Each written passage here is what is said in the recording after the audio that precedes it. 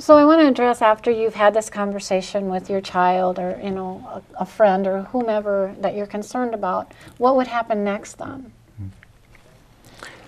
Well, it really kind of depends. I mean, if you're a parent and you find out something, I mean, the conversation could resolve things. I mean, that's always what we hope for, is that by having the talk with the child and letting them know that you care, they might change their behavior. Sure. But if you're, as a parent, you're not getting anywhere, or you find out that it's something, you know, pretty serious, you know, start looking for other resources for help. Don't go it alone. You know, there are community resources out there. If you know the community resources, that's fine. Another thing that I often tell parents is connect with some of your professionals at your school. Yes. I mean, schools have counselors, they have people who are social workers.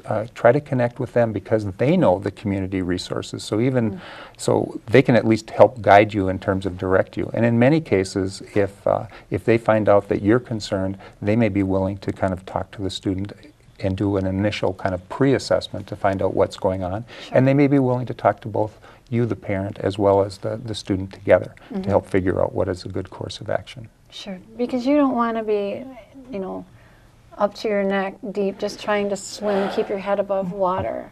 You know, you want to kind of catch it as soon as you can to be a little bit more proactive instead of getting caught up in it. Lisa, what are your thoughts about? Well, I guess I would say that it's really important to talk to the school because they may have seen things that you haven't seen, and you can get a much better picture of what might be going on. Sure. Some of the things that people don't realize is that if a student does receive some sort of a citation out in the community, whether it be being in possession of alcohol or something else, by law they're supposed to give information to the school regarding that citation.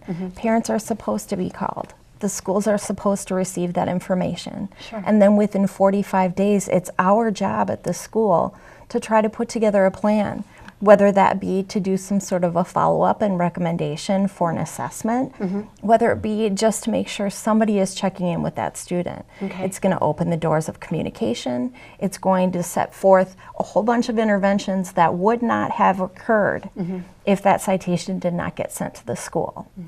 There's lots of professionals in the school that can help, and trying to do it together is going to be much better than trying to do it alone, whether it's the school doing it alone or the parents.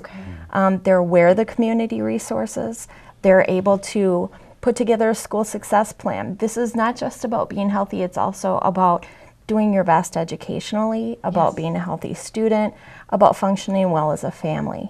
And this is kind of a resource that can oftentimes be untapped because parents don't realize that they can call the school and say, help me. Yes. And you have some referrals or we have references? Referrals, we have procedures. Okay. If a student might be high at school or under the influence, and a teacher thinks that, they can send the student down to the office, and the nurse can then do whether they check vitals. If vitals are not normal, they can be sent home. Then parents are given a call, and hopefully a conversation takes place. Yes. The nurse can include the police liaison officer. If they're concerned that somebody might be in possession of drugs, then technically the student can be searched. The locker can be searched, the car can be searched. It all depends on the different school district and schools that the student might attend. But this is going to set forward a whole bunch of interventions that a parent wouldn't be able to do alone. And the schools can make that referral and say, we really think that your child would benefit from getting an assessment done. Here's how you need to do that. Either if you're insured, this is how you start that process. If you're uninsured, this is how you start that process. If they come back and they have recommendations of treatment, then we really hope that you will follow those recommendations. Then schools work with that family to get transportation set up, to make sure that homework is sent so that the student isn't, falling behind because they're trying to get healthy. Sure. They also make sure that they're working with the family. They set up a meeting to re-enter that student so that when they come back, everybody is on the same page. Sure. They're all set to go with homework. Hopefully nothing was lost. Maybe some outpatient aftercare has been assigned. Maybe it's been recommended that they go to an AA meeting or an NA meeting. Maybe it was recommended that the family go to Al-Anon or Nar-Anon. It's important that this is addressed by the whole family. Exactly. The chances of things improving are going to be so much better if you work together and if you allow those steps and interventions to take place. Sure. We need to work with local law enforcement. We need to work with our friends. We need to work with our friends' parents. Parents need to communicate with each other. Yes. And I think that a lot of wisdom can be gained. One family might know where the big party's going to be, and one family might decide that they want to call the police and let them know about that. You know, sometimes, unfortunately, tough love is the way that it ends up going. Yes. Having that communication with your child and letting them know what your expectations are. That if you fail to meet those expectations, that these are the consequences that's going to happen here at home is important. Because there's consequences at school, there's consequences at home, there's consequences in the community. Hopefully all of those things might serve as a deterrent. But I guess for our purpose here, it's to know what to look for. If you do notice it, what can you do so that we can prevent this before it ends up being a consequence. Exactly. To be proactive is Absolutely. very, very important. And to educate my viewers on that as well. Yes. So that's really important. And there's a tendency oftentimes in families. I mean, alcoholism and drug use is a family disease in many respects. And there's a tendency to want to kind of close ranks and kind of keep it inside the family. And there's just a lot of evidence that when you start to reach outside, and schools and parents working together have a whole lot more success than either really trying to do it alone. So it's important for parents. I know you might be feeling that we want to take care of this inside of the family, but do reach out to other resources. They can be very helpful and supportive for all of you. Because there's only so much we can all handle, you know. And then with the great resources that we have out there, and there are times that a girlfriend comes to me and it's like, oh, that's beyond my ability. Let's seek counseling. They've got these great resources. Let's do this. And then you go with your friend or your loved one or whoever that person may be, and you're there to back them and support them and let them know that, it's okay, we'll get through this, we'll transition together, and we'll do a really good job. We all have things that come up in our lives, and we all need help, and I think we'd be a lot better off being able to ask for that help more quickly, and being just able to ask, this is just something that I don't know about, I can't handle, I'm going through, a tough time. Where can I get help? Where can my family get help? Sure. There's some great resources, and there's a lot of educated people out there that can take this on a little bit better. And people that care and want to help. And hopefully by talking to other people, you can avoid all those stumbling blocks.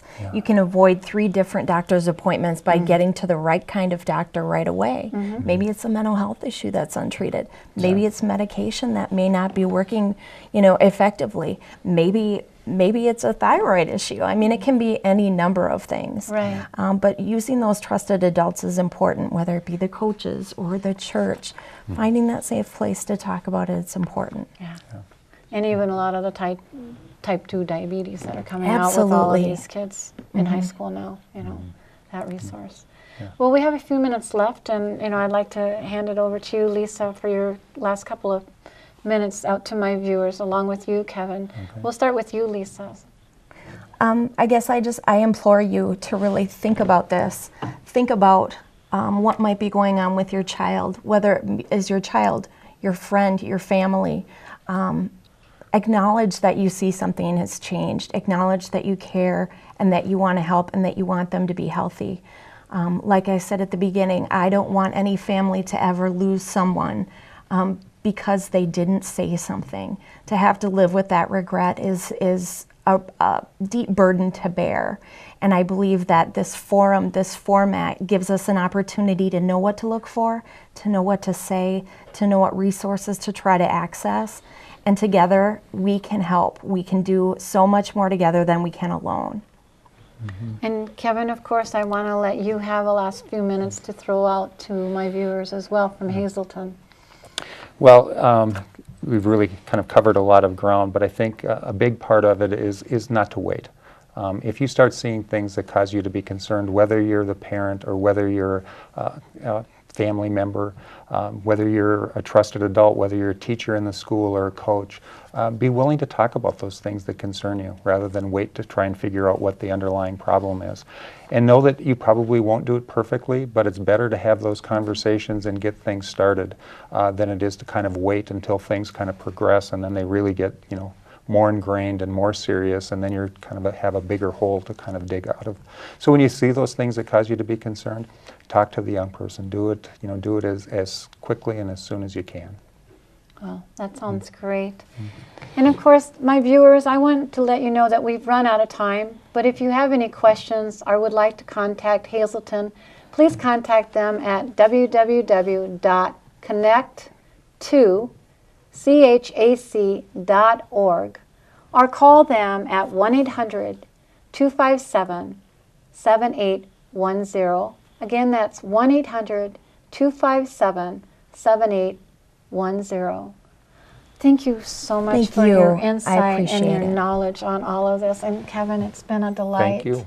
And thank My you for pleasure. bringing this out to my viewers and just getting them started and giving them a little teaser so that they know who they can contact. Absolutely. Alrighty.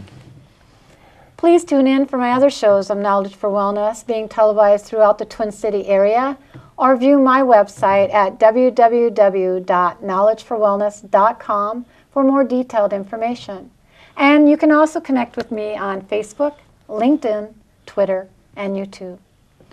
And the mission of Knowledge for Wellness is to inform viewers on health issues and preventative issues, and to expose, educate, and make viewers aware to enhance themselves and their loved ones for a better quality of life.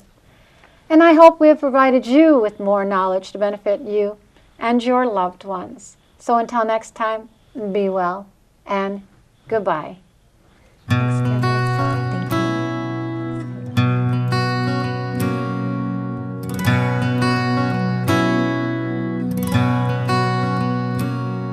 Over time you've healed so much in me, and I am living proof that although my darkest hour had come, your light could still shine through. And at times it's just enough to cast the shadow on the wall. Though I am grateful that you shine your light on me at all. Who am I that you would love me so gently? Who am I that you would recognize my name? Lord, who am I that you would speak to me so softly? Conversation with a love most high. Who am I?